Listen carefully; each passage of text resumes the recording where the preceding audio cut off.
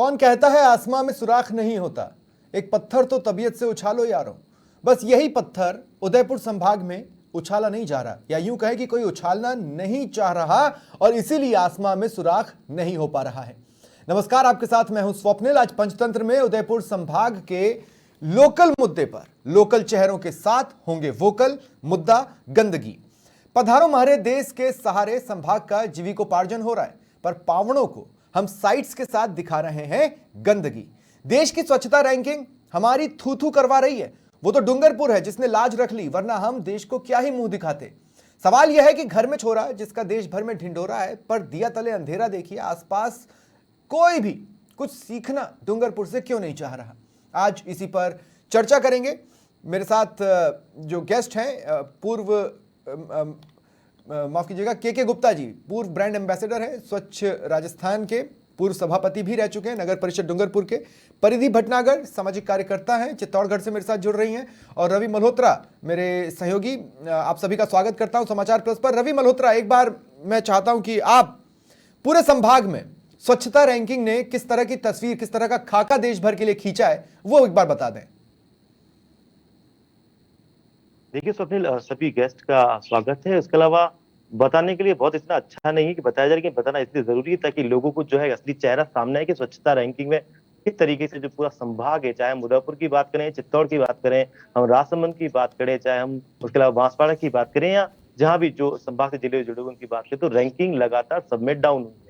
सिर्फ एक डूंगरपुर है जो सिरमौर बना हुआ है, 4 बार से टॉप में रहा है। लेकिन अगर मैं आंकड़ों की बात करूं, चित्तौड़ जो है 314 की जो है रैंकिंग लेके आया, जो कि रैंकिंग पहले 215 की थी। अब वो जो साल जो 2022 से बदलकर जो इस बार 2023 में आई है, वो 314 पर आ गई। यानी कि लगातार जो है ग्राफ आप देखिए कि गिरा हुआ है। इसके अलावा अगर हम बात करें बांसवाड़ा की, तो 289 200 वो मिली है बांसवाड़ा को। उसके अलावा अगर हम बात करें राजसमंद की, तो करीब 4470 जो नगर परिषद जो है यहाँ पर, उसके अंदर पूरे देश की जो नगर परिषद है 4470, उसमें 2293 जो नंबर है, इनको जो स्थान है वो यहाँ पर मिला है। तो ये कोई बहुत अच्छे आंकड़े नहीं है, जिनको जिस तरीके से जो है आप देखें कि स्वच्छता की रैंकिंग अगर हम यहाँ पर बात कर रहे हैं, और स्वच्छता की बड़ी बड़ी डींगे अगर हम यहाँ पर हाँक रहे हैं। लेकिन उसके बाद मैं डूंगरपुर की बात करूँ, उससे पहले बताऊं मैं आपको उदयपुर की। तो उदयपुर जो है इस साल 206 की रैंकिंग पर आया, जो पहले 122 पर था, उससे पहले 119 पर था, उससे पहले जो है 54 पर था। यानी इस बार पिछले साल से इस साल के जो आंकड़े हैं, उसमें करीब जो है 80 से 85 जो नंबर है वो नीचे ग्राफ गिर गया है। और बड़ी बात यह है कि तस्वीरें जिस तरीके से हम देख पाते हैं, चाहे हम चित्तौड़ की बात करें, राजसमंद की बात करें, उदयपुर की बात करें, कचरा जो है लगातार जो है, सबसे बड़ी बात जो है कचरे का निस्तारण जिस तरीके से है, जिस तरह कचरा संग्रहण जो है उसको लेकर जो है, जो आप देखें कि ग्राफ जो है वहां पर गिर रहा है। सुंदरता में जरूर जो है उदयपुर की अगर हम बात करें, यूं हम दूसरे शहरों की बात मैं एक बात कहना चाहता हूं रवि, दो तस्वीरें इस वक्त हमारे टीवी स्क्रीन पर हैं। रवि मेरे साथ बने रहें, कोई दिक्कत नहीं है। देखिए, एक तस्वीरों में आपको पता चलेगा कितनी खूबसूरत जगह है। ये वो तस्वीरें हैं जो खींची जाती हैं लोगों को दिखाने के लिए, और वस्तु स्थिति क्या है वो नीचे जो चल रही तस्वीरें आप उनको देखिए। और ये सिर्फ एक जगह से आई तस्वीरें नहीं है, उदयपुर संभाग के हर जिले से हमने तस्वीरें मंगाई हैं, और आप उन तस्वीरों को देख पा रहे हैं किस तरह से गंदगी का ढेर जगह जगह पर लगा हुआ है। और इन्हीं के बीच से होकर न केवल पर्यटक गुजरते हैं, बल्कि आप देखिए इसी गंदगी में जिंदगी भी गुजर बसर कर रही है। परिधि मेरे साथ हैं। परिधि, चित्तौड़गढ़ में आप सड़कों पर निकलती हैं एक सामाजिक कार्यकर्ता के तौर पर, एक सोशल मीडिया इन्फ्लुएंसर के तौर पर, क्या कुछ देखती हैं आप? क्या हर जगह मन मोह लेती है, या किसी जगह मुंह कड़वा भी होता है? परिधि, आप म्यूट पर है, उसको म्यूट हटा लें। जी अब बोले। देखिए, जब सोशल मीडिया इन्फ्लुएंसर की लाइफ हम लोग जीते तो हम हमेशा अच्छा पार्ट दिखाते हैं लोगों को, बट हम समहाउ उन जो गंदा पार्ट होता है उसे मिस कर देते हैं या उसे नहीं दिखाना पसंद करते हैं। और चित्तौड़गढ़ जो लगातार पायदान से नीचे आता जा रहा है, तो मुझे ऐसा लगता है कि कहीं ना कहीं गवर्नमेंट रिस्पॉन्सिबल नहीं है इस चीजों के लिए। हम लोग हमेशा किसी न किसी पे हमारी गलतियां जो है वो मढ़ देते हैं। मुझे लगता है हम लोग रिस्पॉन्सिबल है। आज चित्तौड़गढ़ का किला वर्ल्ड फेमस है, लोग इतने टूरिस्ट वहां पर आ रहे हैं, इतने लोग वहां पर आ रहे हैं, उनकी भी रिस्पॉन्सिबिलिटी बनती है, हमारी रिस्पॉन्सिबिलिटी बनती है, बच्चों की रिस्पॉन्सिबिलिटी बनती है। कहीं ना कहीं अवेयरनेस जो है जिस तरीके से क्रिएट करना चाहिए वो नहीं हो पा रहा है। तो गवर्नमेंट के माथे हम लोगों को ये सारी चीजें और जब आप क्लिक्स लेती हैं या वीडियोस बनाती हैं, आपको कैमरा तो इस हिसाब से सेट करना पड़ता होगा ना कि आसपास की कुछ चीजों को कट किया जाए, कहीं वो तस्वीरों में ना आ जाए, नहीं तो आपका पूरा वीडियो गड़बड़ा जाएगा। डेफिनेटली, बिल्कुल। जब भी हम लोग किले पे जा रहे हैं या हम लोग किसी और भी जगह जा रहे हैं तो गंदी नालियां दिख रही है हमको वहां पर मतलब ऐसा होता है कि यार ये शॉट लेने लायक नहीं है। तो रिस्पॉन्सिबल हम भी हैं और हमें अवेयरनेस क्रिएट करने के लिए बहुत सारे कैंपेन स्टार्ट करने चाहिए। स्कूल में बच्चों को एजुकेशन देना चाहिए। जब से मोदी जी का जो उन्होंने गांधी जी के स्वप्न को सच करा है और स्वच्छता अभियान लेके आए, कहीं ना कहीं हम उस स्तर पर पहुंचे हैं, बट स्टिल बहुत पीछे हैं।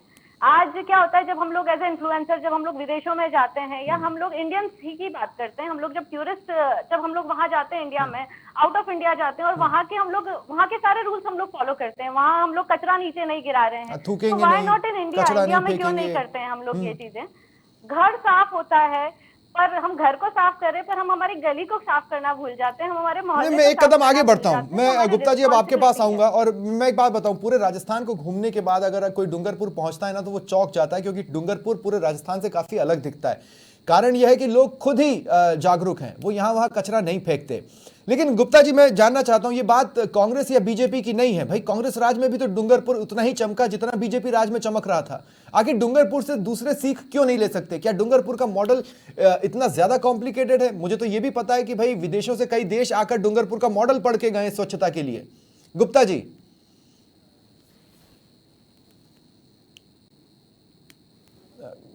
जी, आपकी आवाज मुझे नहीं मिल रही, आप शायद म्यूट। हाँ बोलिए। इस चैनल से जुड़ी हुई अभी मैडम बोल रही थी। हाँ। मैडम का भी बहुत बहुत आभार कि आप लोगों ने इसमें रुचि रखी और बहुत अच्छा विजन के साथ आप लोगों ने अपना विजन बताया। देखिए, मैं पहले स्वच्छता के बारे में आप लोगों को बता दूं कि स्वच्छता क्या है ये हमें समझने की आवश्यकता है।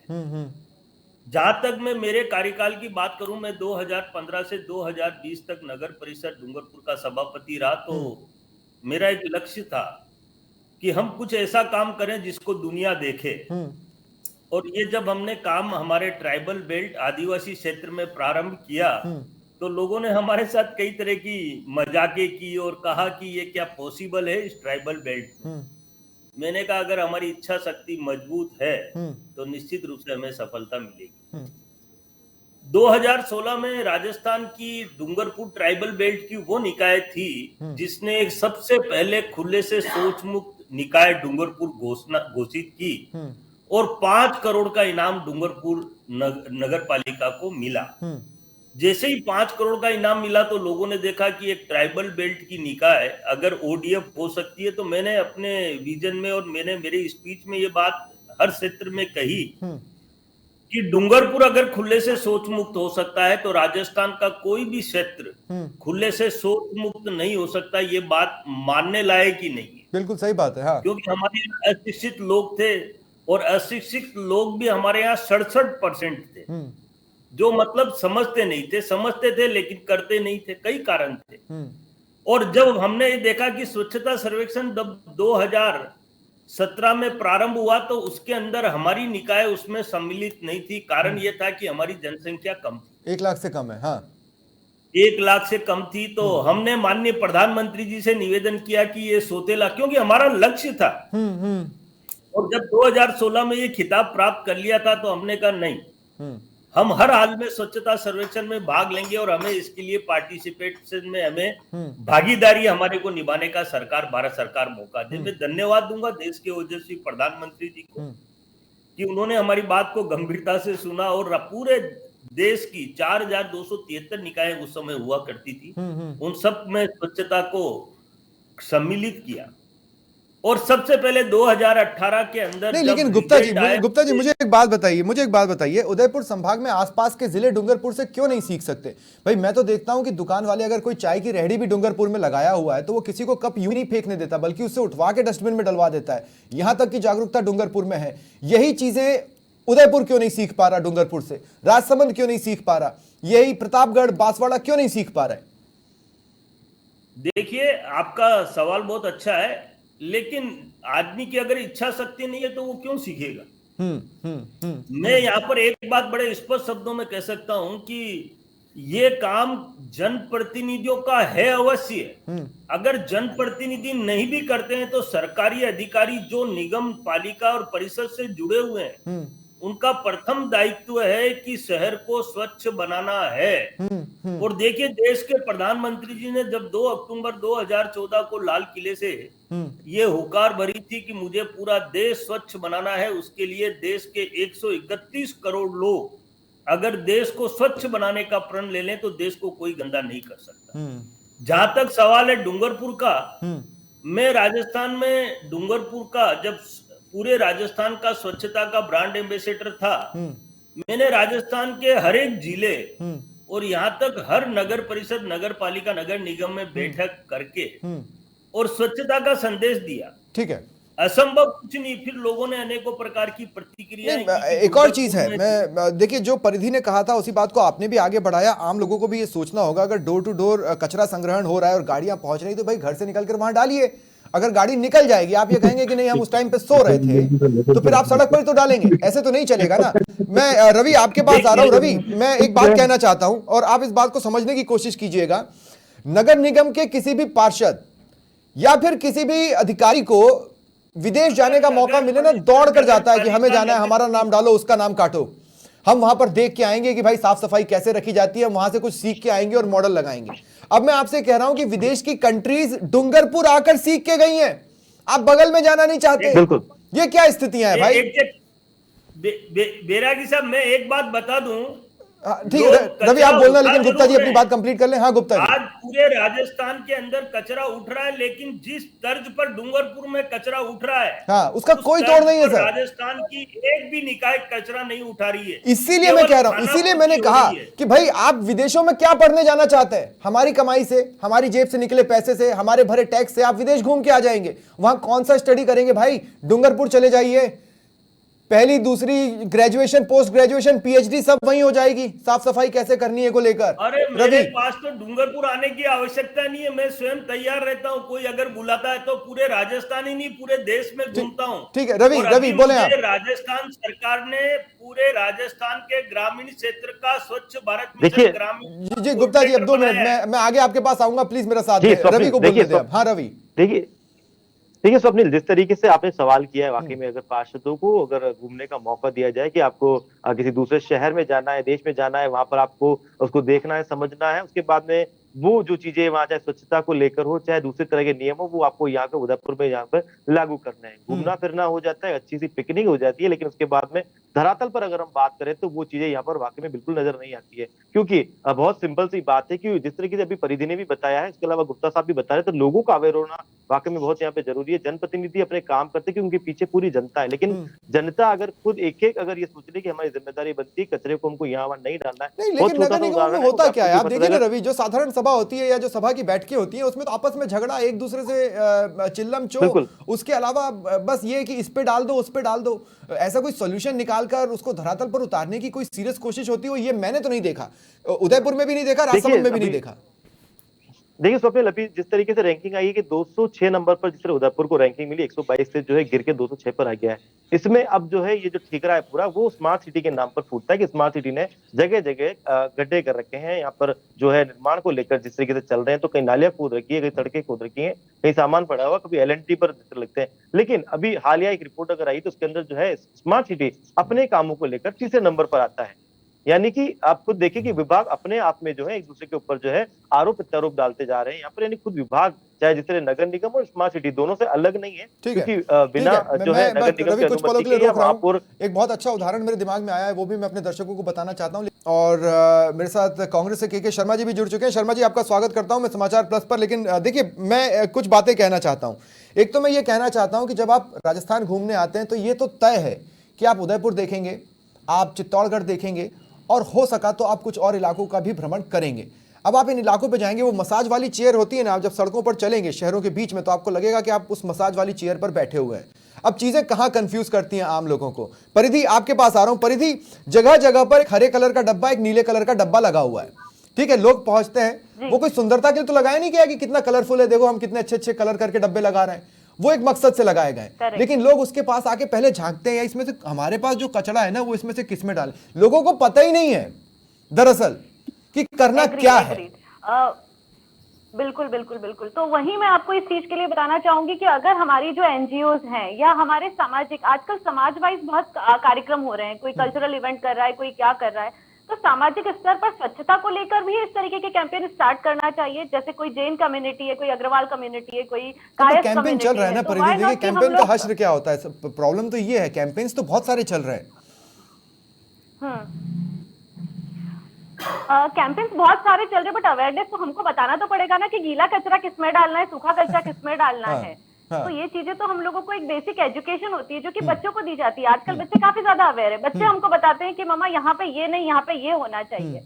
तो अगर इस तरीके के हम लोग कुछ रोड शोज करते हैं तो डेफिनेटली इस पे वर्कआउट हो सकता है।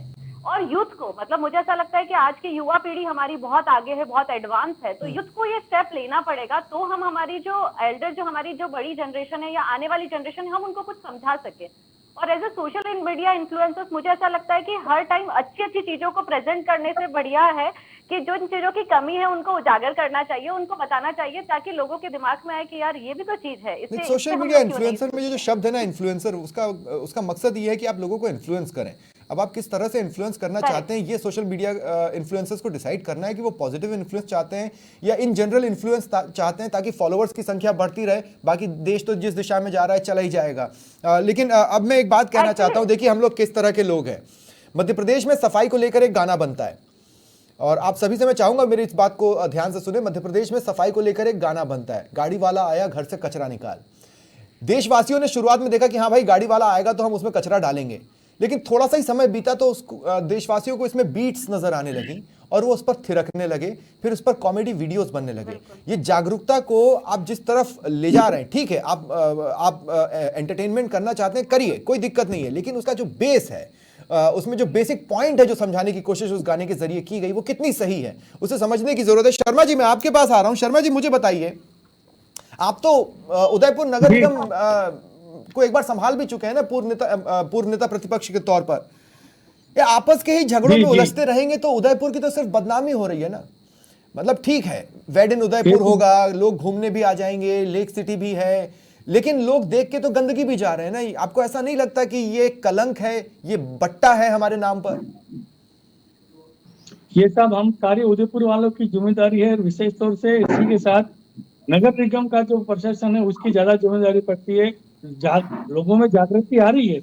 हम जब थे तब तो ये ऐसी कैसी जागृति आ रही है कि रैंकिंग गिर जाए? हम 200 के पार चले गए सर, मतलब हर साल बद से बदतर हो रहे हैं। नहीं, वो भी आपका कहना सही, लेकिन आज आप देखो टूरिस्ट लोग भी जो आ रहे हैं सर, आज आप देखो वो तालाब के वहां जाते हैं, कहीं फतसागर में कहीं पानी की बोतलें डाल देते हैं, कभी क्या डाल देते हैं, कभी क्या डाल देते हैं, उनके अंदर भी थोड़ा बहुत अवेयरनेस आना बहुत जरूरी है। वैसे तो एनफोर्स नगर निगम को भी इसमें बहुत नहीं एनफोर्स किया जा सकता है, जुर्माने लगाए जा सकते हैं। अगर मैं गलत नहीं हूं तो गुप्ता साहब मुझे करेक्ट करेंगे। गुप्ता साहब, एक वक्त आप लोगों ने भी जुर्माने लगाए थे ना इस तरह से कचरा फेंकने वालों पर? मैंने देखा है कि सेल्फ इम्पोज्ड टैक्सेस भी डूंगरपुर में लगे थे। वैरागी साहब, मैं एक सेकंड आपको पहले पीछे लेके जाऊंगा। देखिए, कचरा उठाने वाले सिस्टम को अगर सही ढंग से हम मेंटेन करते हैं तो निश्चित रूप से कचरा फेंकने वाला सड़कों पर या खुले में नहीं फेंकेगा। टाइम बाउंडेड गाड़ी चलनी चाहिए, 365 दिन गाड़ी चलनी चाहिए, और गाड़ी जो कचरा उठाए, गीला और सूखा अलग अलग, हम क्या कि पहले प्राथमिक स्तर पर जो काम करना है वो कर ही नहीं रहे। लोगों को मोटिवेशनली तैयार करना है, जागृत करना है कि देखिए गीला नहीं, लेकिन गुप्ता साहब चैलेंज वो लोग हैं, गुप्ता साहब चैलेंज वो लोग हैं जो लातों के भूत हैं और बातों से नहीं मानते। उनको आपने कैसे ठीक किया? कुछ भी नहीं, हमने मैं मेरी बात पे आ रहा हूँ, 2 मिनट, जस्ट 1 मिनट। देखिए, एक ट्राइबल बेल्ट अगर स्वच्छ बन सकता है और देश और दुनिया में नाम कर सकता है, जहां पर फंड नहीं था, जहां पर अशिक्षित लोग रहते थे, तो मैं ये मानता हूं आज इंदौर जिसकी आबादी 30 लाख है, आज बिल्कुल नीट एंड क्लीन है। एमपी में स्वच्छता चारों तरफ बज रही है। क्यों? क्योंकि वहां की कार्यकर्ता इच्छा शक्ति उनकी बहुत मजबूत है। अधिकारी काम करना चाहते हैं, अधिकारी नहीं, लेकिन गुप्ता साहब देखिए, गुप्ता साहब दो बातें हैं, मैं आपसे जानना चाहता हूं, मैं आपसे रिक्वेस्ट करूंगा कि आप प्लीज मेरे सवाल पर रहें। दो सेकंड गुप्ता साहब देखिए, मैं 2 पॉइंट्स आपसे जानना चाहता हूं और मैं आपसे रिक्वेस्ट करूंगा कि आप प्लीज इन सवालों पर ही रहें। मैं एक तो ये पूछ रहा हूं कि क्या एक समय सेल्फ इम्पोज्ड जुर्माने नहीं लगवाए गए थे, उससे भी लोगों में डर फैला। और दूसरी बात यह कि ये सफाई कर्मचारी जो हड़ताल पर चले जाएं या पार्षद सभा में बैठकर सिर्फ हंगामा करें, इसे कैसे कंट्रोल किया गया, ये भी तो एक बड़ा चैलेंज है। देखिए ताली दोनों हाथ से बजेगी।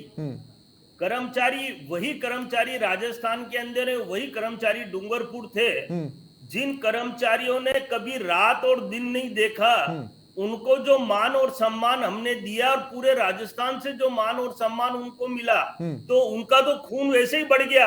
और जो जिम्मेदारी कर्मचारियों को हमने बड़े आराम से, क्योंकि देखिए कर्मचारी को सबसे पहले हमें गुड बुक में लेना पड़ता है, और जब हमारी इच्छा शक्ति मजबूत थी, कर्मचारी भी हमारे अपने आप ढल गए।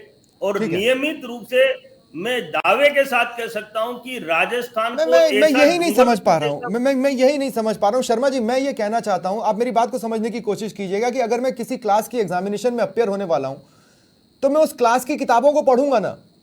हमारे पास उस किताब के तौर पर डूंगरपुर मौजूद था, हम क्यों नहीं पढ़ पाए? जिस किसी मापदंड पर स्वच्छता रैंकिंग होती है, हम हर मापदंड में पिछड़ रहे हैं। और मैं सिर्फ उदयपुर की बात नहीं कर रहा हूं, मैं पूरे संभाग की बात कर रहा हूं, सिवाय डूंगरपुर के।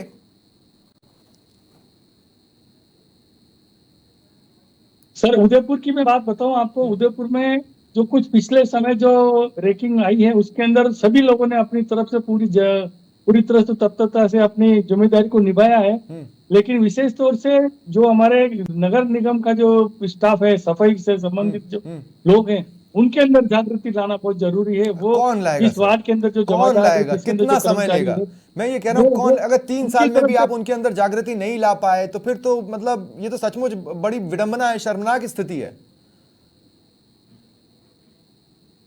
सर आप कह रहे हो वो सही है, लेकिन मैं आपको एक जानकारी दूं, ये इसके अंदर प्रशासन का भी थोड़ी ढिलाई रही है। जो हमारे स्वास्थ्य समिति है या स्वास्थ्य अधिकारी है, वो भी केवल मात्र अपनी सुबह ड्यूटी जाकर के शाम को अपनी तीसरी करके अपने घर पहुंच जाते हैं।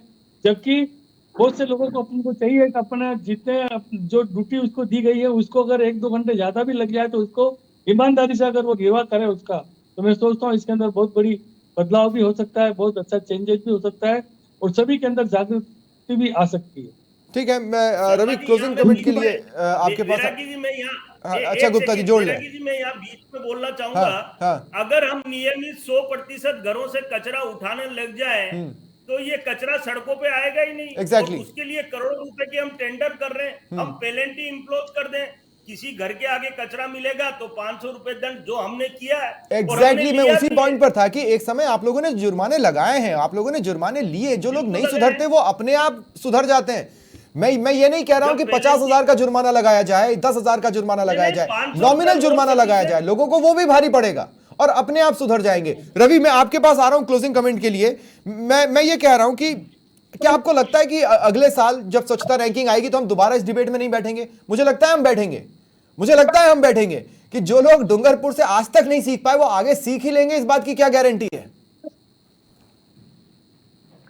देखिए मुझे लगता है कि वाकई में अपन बैठेंगे यहाँ पर, क्योंकि लगातार रैंकिंग गिरती जा रही है। 3-4 साल से अगर हम देखें तो स्तर गिरता जा रहा है। अगर स्वच्छता की बात करूँ तो जो तस्वीरें इस वक्त यहाँ पर चल रही है, जिस तरीके से मेरे साथियों ने भी भेजी है, कुछ मैंने भी यहाँ से भेजी है, तो जब हम तस्वीरों को लेने गए तो बिल्कुल लिटरली की एक इतनी बदबू वहां पर रहती है। जिस तरह का जो क्षेत्र है, अगर हम मंडी की बात कर ले, हम सड़कों की बात कर ले, जगह जगह कचरा इतना इस तरीके से, गायें उनको खा रही है, लोग उसके बारे में भी नहीं सोच रहे हैं। और जिस तरीके से आप अभी मुझे बता रहे थे कि अवेयरनेस की बात है, वैसे गुप्ता जी बता रहे थे कि जुर्माना लगना चाहिए, तो कहीं ना कहीं डूंगरपुर में अगर गंदगी की फोटो अगर कोई देता था तो उसको इनाम भी दिया गया कि आप गंदगी की फोटो ला के बताएं, हम आपको इनाम भी देंगे। ये चीजें भी तस्वीरें मैंने वहां पर देखी हुई है। बिल्कुल, तो कहीं ना कहीं दोनों चीजें। लेकिन रवि आज आपने एक बहुत अच्छी खबर मेरे साथ शेयर की थी, आपको मैं याद दिला दूं, आप ही ने मेरे साथ ये शेयर की और आप ही ने मुझे बताया कि देश में उदयपुर को तीसरा और राज्य में पहला स्थान मिला है स्मार्ट सिटी परियोजना में हो रहे कामों को लेकर।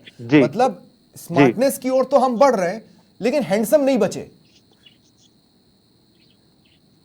देखिए मैं इसमें एक चीज और जोड़ दूं, थोड़ी देर पहले बॉबी देओल उदयपुर पहुंचे हैं। क्यों?